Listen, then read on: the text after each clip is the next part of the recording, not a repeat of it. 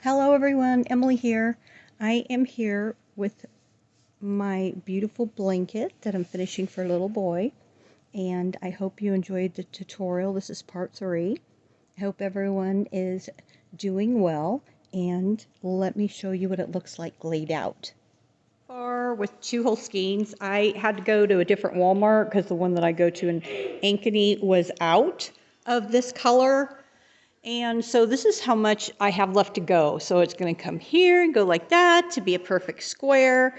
And when I started decreasing here and over there in the corner, if I wouldn't have decreased here, I could have just kept going this way and made it more rectangular, so it would have been longer this way, and it would have just kept going up until I started decreasing here, and then it would have went this way.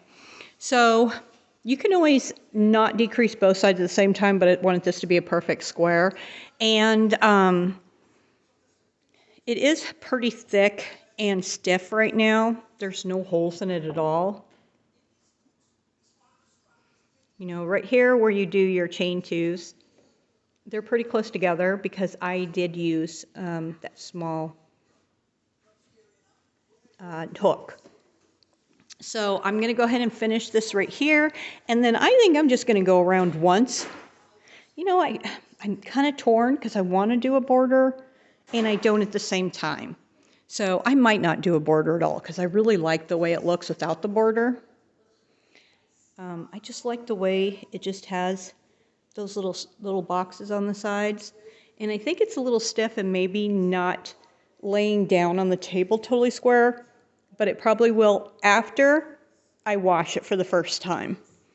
And I've been working on this at home a lot, and I have 6 cats, and so I think everybody has probably laid on it at least once, probably more than once. So I definitely want to wash this before I give it to the person who asked me to make it for their upcoming new grandchild in the family. So this is one side and the other side, so they look really, really comparable. It's just such a beautiful pattern. So I'm here at the end. I'm really excited. It just feels so good to get to the end and finish because I can't wait to start my next project. I'm always happy to start, excited in the middle, and always excited to end to start my next project. And I love to have 4 or 5 things going, but I've been really trying to get this one done. So I'm here at the end. And I have a lot of this skein left. And I decided I'm not going to do a border. I'm going to go ahead and just wash it. And I believe that will loosen it up a little bit so that it's not so goofy shaped.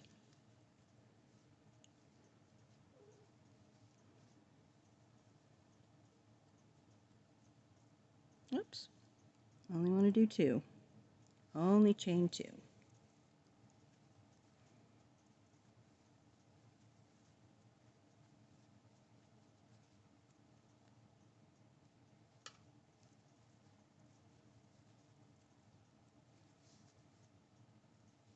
So here at the end, I just did my very last one, so I'm going to turn it, and I still like to slip stitch to that point, the very end.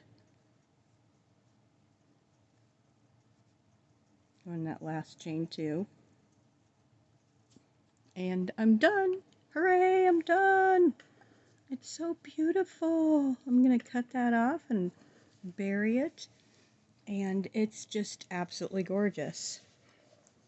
I'm so happy with it. Just look at those stitches. And it, you can see the lines here. It's puffy. It has a lot of texture to it. I can feel the bumps that go like this.